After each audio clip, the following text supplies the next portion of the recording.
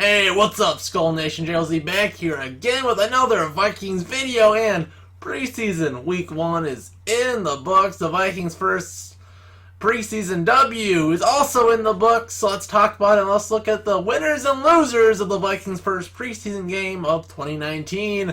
So let's start off from the top. The number one guy everybody wanted to know, will he take a step year 2? No, not any rookies from last year, no sophomores. It's all about Kirk Cousins, who looked so sharp in this game. As a matter of fact, basically was perfect. 4 for 4, 65 yards, a touchdown, a rating of 158.3. As good as you could expect, and adding a 10-yard run. We saw aggressive Kirk Cousins. We saw Gary Kubiak's and our offensive coordinator Stefanski's system working like a charm. Sure, it's against dumbed down New Orleans Saints defense. They weren't scheming against the Vikings, but the Vikings offense looks like it's a lot better than it was last year. Let's all hope we get to see this Kirk Cousins, not just when games don't matter. We want to see this Kirk Cousins against all these playoff teams in the season, and this is a great first step. And going down the list, we have Adam Thielen, just up there doing Adam Thielen things. Don't even talk as much about him. Just the one huge catch to the Vikings, the first and goal from the 1-yard line, set up this offense. This is what you'd expect from Diggs, and he's already showing he's still Diggs from last year.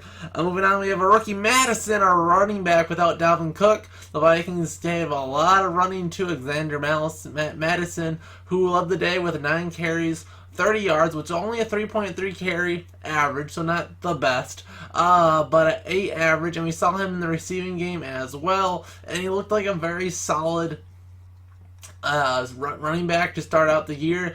He had the touchdown, so we saw that vision that we wanted from Madison. We saw that power. Yeah, sure, the yards per carry weren't as high as you would want, but he never really had that chance to break that long run, which some of our other running backs did. So I liked what I saw from Madison. Moving on, we have Bissy Johnson, another rookie who came through and made our veteran quarterback Sean Mannion looked competent with a big-time touchdown catch.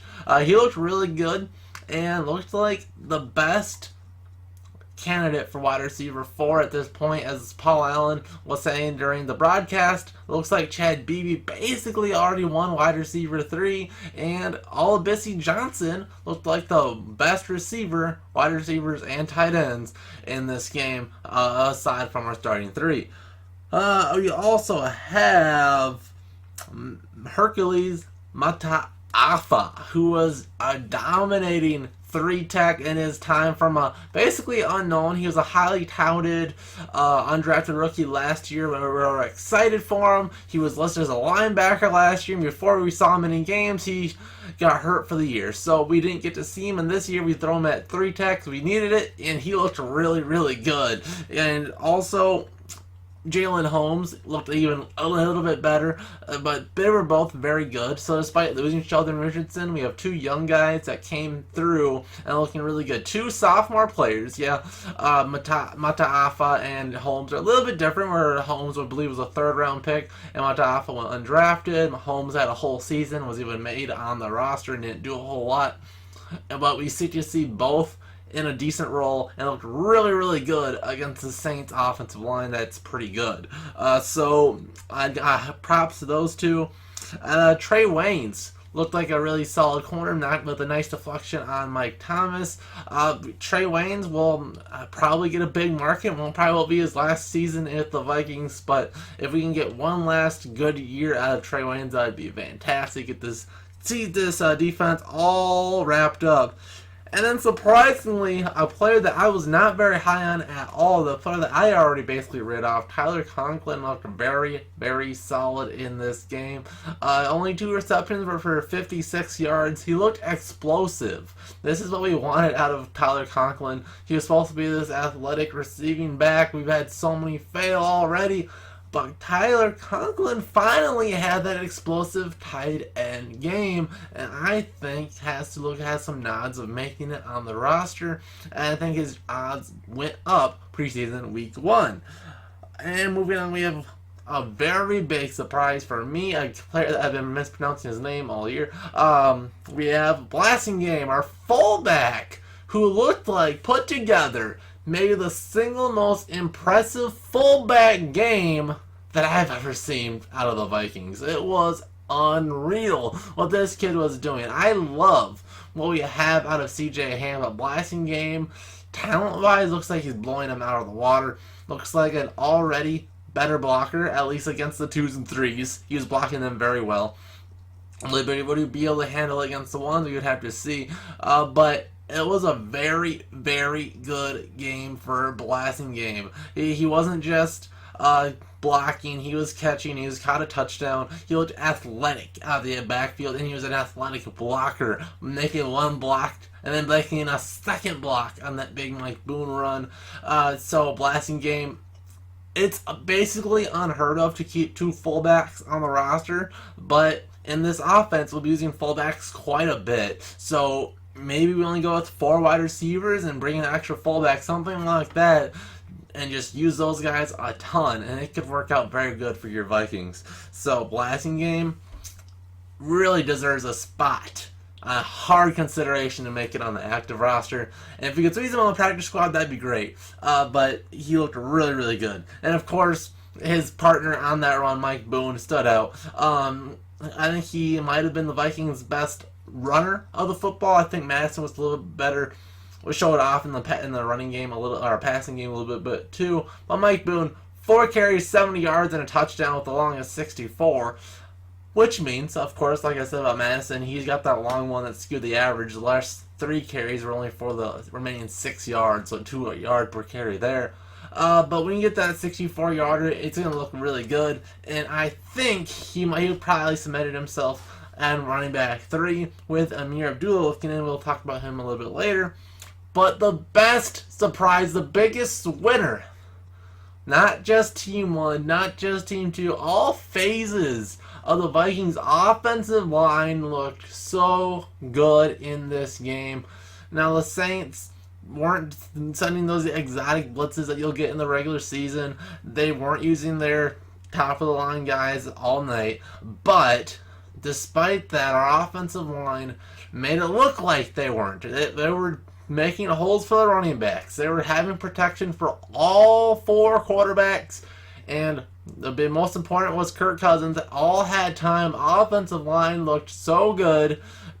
Huge props to Kubiak. Huge props to Stefanski, the offensive line coaches, and just Rick Spielman getting the right guys, because it looked really, really good for week 1. Hope this is just a start. So if we can play like this all year, this team can do anything. Kirk Cousins between a good offensive line. We're talking about a top 5 quarterback. Mark it right here.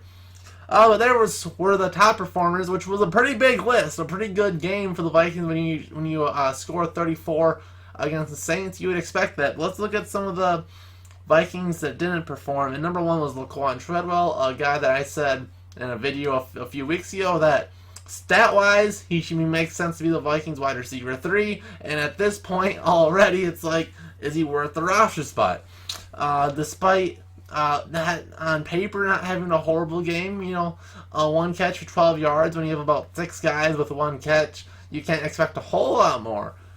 But it just seems like he wasn't involved as a big part of the receiving game at all. And for a wide receiver, you'd have that. I think you would rather have a receiving tight end over a blocking wide receiver, even if they're basically the exact same player. So that's basically what we have with Laquan Treadwell at this point, an Irv Smith-style tight end that's labeled as a wide receiver, because we have the 1 target, 1 catch, 12 yards, that's it, and he had that 1 dumb penalty, which during the game I was willing to excuse, but when they interviewed Zimmer and he said that that's one of the things that he talked about before the game not to do, and then Laquan does it. That's a rookie mistake that Laquan Treadwell is doing year 4, so that does not look good for him at all. If anything, he's got to be playing with as a player with his head on his shoulders, being a veteran as far as experience. But yes, I still think he's younger and can grow. He's like 23 or 24. He's still very, very young.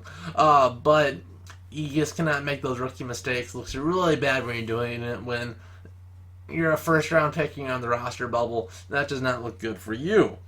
Then we have Amir Abdullah, who was really big, mixed bag in this game. At first, I had him as a winner. 4 carries for 53 yards, a long of 42. You like some of his receiving attributes, and his returning wasn't bad. But then he got strip sacked, or he got a fumbled. He was forced fumbled by Casper, just running up the hole, non-touched, and he just drops the football. Just like Treadwell, when you're a roster bubble guy making super dumb plays like that, that's going to stick around. And that's one hard case for him making the roster at this point.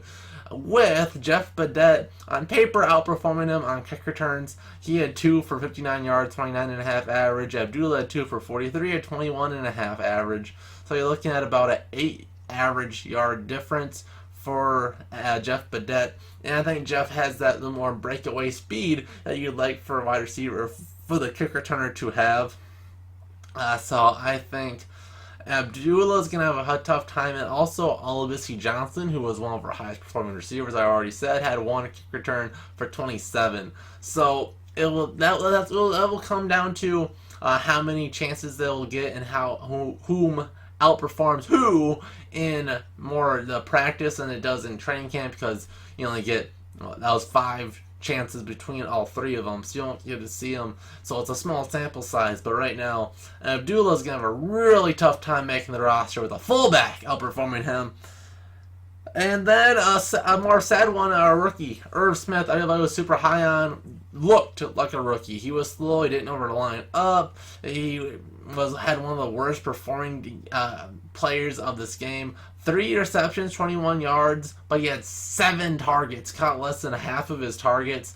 I mean, the 7 targets on one hand is promising because the Vikings looked at him and said, alright, he's a rookie, we need to get him involved a lot. He needs to get as many balls as possible, and he's got a ton. He got more than double. Next, the last reading receiver was Blasting Game, who had 3. So he had more than double the second placed receiver. So the Vikings had him evolved a lot, but only 21 yards is right in the middle of the pack for having a ton more chances than anybody else. And you just want him to play better, and he did not really live up to that when he was touted as, maybe we don't need a wide receiver to be wide receiver 3. What if it's Irv Smith? And he was not even close to that. So, like I said in my Why the Vikings Got Kyle Rudolph video, the rookie tight ends usually do not perform well their rookie year.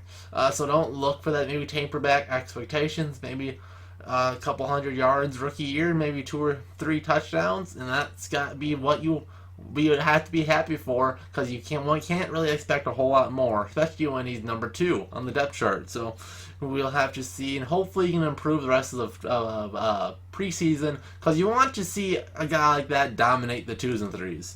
And then pretty obvious one is penalties, which is the yellow flag was just raining down all night. So that sucked to see, but preseason in general, that's usually a big thing. The refs also in preseason mode trying to get these penalties straightened out, see what is and what is not penalties. And you have all these rookies, second-year players, and just people that aren't accustomed to live football yet, and they'll even be a little bit more penalty happy than usual. But something that obviously had to tighten out, and it should be tightened out by the end of preseason, and hopefully at the very least at the beginning of the regular season.